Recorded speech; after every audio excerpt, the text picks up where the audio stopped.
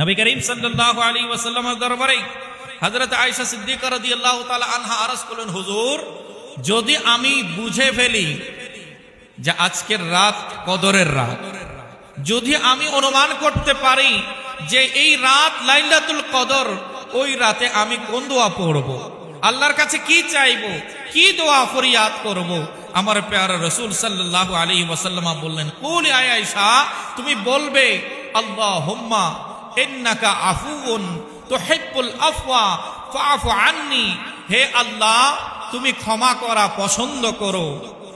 ইন্নাকা আফুউন, আয় আল্লাহ তুমি ক্ষমাশীল, তুহিব্বুল আফওয়া ক্ষমা করাকে পছন্দ করো, ফাআফু আন্নি সুতরাং আমাকে তুমি ক্ষমা করে দাও।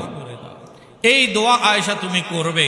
আসুন আমরাও ঠোঁট মিলিয়ে একবার আদায় করে নিই, আল্লাহুম্মা ইন্নাকা আফুউন তুহিব্বুল আফওয়া ফাআফু আন্নি।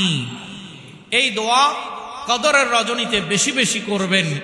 শবে কদরের আমল কি কি আমরা শবে কদরে আমল করব।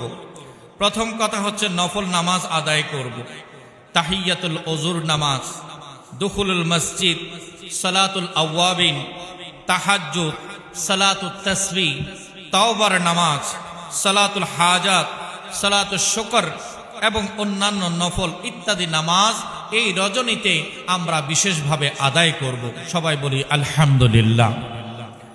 2 নম্বরে নামাজে কিরাত ও রুকু সেজদা দীর্ঘ করব। আমরা ইনশাআল্লাহ তাবারক ওয়া তাআলা এশারের সব নামাজ আদায় করব। তারপরে তারাবির নামাজ 20 রাকাত আদায় করব। এরপরে আমরা বিশেষভাবে নফল ইবাদতে দীর্ঘক্ষণ উপস্থিত থেকে নফল ইবাদতে অংশগ্রহণ করব। রাতের বেলা যখনই সুযোগ মিলে আমরা তাহাজ্জুদের নামাজে দণ্ডায়মান হয়ে, কিয়ামুল লাইলে দণ্ডায়মান হয়ে দীর্ঘক্ষণ কিরাত পড়ে পড়ে আমরা নামাজ আদায় করব। এই রাত কোরআন নাজিলের রাত, তাই এই রাত আশা করে যেন প্রতিটি মুসলমান আল্লাহর কোরআনকে বেশি বেশি তেলাওয়াত করে। তাই যাদের বেশি সময় সুযোগ কম হয় তাদেরকে অন্তত এতটুকুই বলবো, হাদিসে পাকে এটাও আছে যে নামাজের তেলাওয়াত আর নামাজের বাহিরের তেলাওয়াত দুইয়ের মধ্যে পার্থক্য কি, বলে নামাজের ভেতরে যে কোরআন তেলাওয়াত হয় সেটার সওয়াব বাহিরের তেলাওয়াতের চেয়ে অনেক বেশি হয়ে যায়। সেটার জন্য সূরা ইয়াসিন থেকে পড়তে হবে, সূরা মুলুক থেকে পড়তে হবে এমন শর্ত নেই, আপনার যা জানা আছে